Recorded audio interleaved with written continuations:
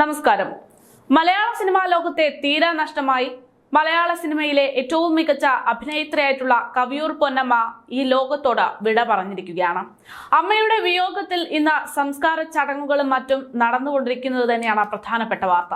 ഈ വാർത്തകൾക്കിടയിലെല്ലാം മാധ്യമങ്ങൾ കവിയൂർ പൊന്നമ്മയ്ക്ക് ആദരമർപ്പിച്ചുകൊണ്ട് നൽകുന്ന വാർത്തകളിലൊക്കെ തന്നെ അവർക്ക് നൽകുന്ന ഒരു വിശേഷണമുണ്ട്: മലയാളത്തിന്റെ പൊന്നമ്മ എന്ന്.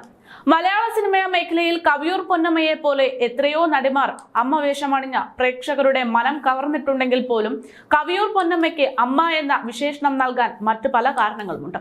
പേരിലെ വൈവിധ്യങ്ങൾ മാത്രമല്ല അമ്മയ്ക്ക് അങ്ങനെ ഒരു പേര് നൽകാനുള്ള കാരണം, മറിച്ച് കുട്ടികൾക്ക് വേണ്ടി നീതി തേടിപ്പോയ ധീര വനിതയാണ് മലയാളക്കാരയുടെ പൊന്നമ്മയായിട്ടുള്ള കവിയൂർ പൊന്നമ്മ. അതായത് ഒരു കാലത്ത് ദക്ഷിണേന്ത്യയിലെ മറ്റേതൊരു സംസ്ഥാനത്തെയും പോലെ തന്നെ കേരളത്തിലും വേരാടിയിരുന്ന ഒന്നാണ് ഭിക്ഷാടനം.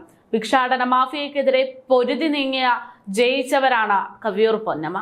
ഭിക്ഷാടന മാഫിയയുടെ ക്രൂരമായ ആക്രമണത്തിൽ പരിക്കേറ്റ തമിഴ്നാട് സ്വദേശി വേൽമുരുകൻ എന്ന ബാലന് തുണയായി പലപ്പോഴും കവിയൂർ പൊന്നമ്മ രംഗത്തെത്തിയത് പറയാതിരിക്കാൻ സാധിക്കില്ല. അവരുടെ ഇടപെടൽ തന്നെയാണ് ഇന്നവനെ ഒരു ശക്തനായ മനുഷ്യനെ മാറ്റിയിരിക്കുന്നത്.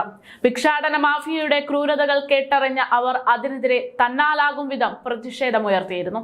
എല്ലാ കുട്ടികളെയും തെരുവിൽ നിന്നും രക്ഷിക്കുക എന്ന മുദ്രാവാക്യമുയർത്തി ആലുവ ജനസേവ ശിശുഭവൻ നടത്തിയ പ്രചാരണ പ്രവർത്തനങ്ങളുടെ നേതൃത്വ സ്ഥാനത്ത് കവിയൂർ പൊന്നമ്മയായിരുന്നു ഉണ്ടായിരുന്നത്.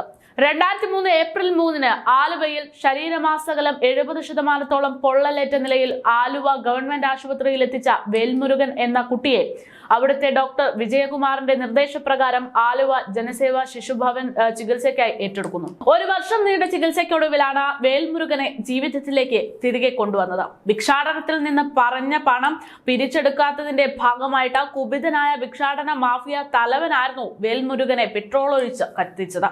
ഈ ഭീകരമായ സംഭവം അന്ന് മാധ്യമങ്ങളിൽ വാർത്തയായിരുന്നു. ഈ സംഭവത്തിൽ വേൽമുരുകനെ ആശ്വസിപ്പിച്ച് ഒപ്പം നിന്ന ധീരവനിതയാണ് കവിയൂർ പൊന്നമ്മ. അവരുടെ ചിത്രങ്ങൾ ഭിക്ഷാടന മാഫിയക്കെതിരെയുള്ള കേരള ജനതയുടെ ജാഗ്രതയുടെ കുന്തമുനയായി മാറിയത് പിന്നീട് മാധ്യമങ്ങൾ വലിയ ചർച്ചാ വിഷയമാക്കി. പിന്നീട് കേരളത്തിലെ തെരുവുകളിൽ നിന്നും ഏറെക്കുറെ നിർമ്മാർജ്ജനം ചെയ്യപ്പെട്ട ബാലഭിക്ഷാടനം ഏറെക്കാലം കഴിഞ്ഞപ്പോൾ തിരിച്ചു വന്നുകൊണ്ടിരിക്കുന്നു എന്നത് വളരെ വേദനാജനകമാണെങ്കിലും അതിന് ഒരു പരിധിവരെ നിയന്ത്രണം കൊണ്ടുവരാൻ സാധിച്ചത് കവിയൂർ പൊന്നമ്മയുടെയൊക്കെ ഇടപെടൽ കൊണ്ട് തന്നെയാണ്. നല്ലൊരു തുക ചികിത്സയ്ക്ക് ചെലവിടേണ്ടി വന്നു എങ്കിൽ പോലും ഇന്ന് ഇന്ത്യൻ ബാങ്കിന്റെ മികച്ച ഫുട്ബോൾ പ്ലെയറായി പ്രവർത്തിക്കുകയാണ് വേൽമുരുകൻ എന്ന് പറയുമ്പോൾ അതിന്റെ മുഴുവൻ ക്രെഡിറ്റ് ഈ പറയുന്ന നമ്മുടെ മലയാള കലയുടെ സിനിമാ മേഖലയുടെ അമ്മയായിട്ടുള്ള കവിയൂർ പൊന്നമ്മയ്ക്ക് ഉള്ളത് തന്നെയാണ്.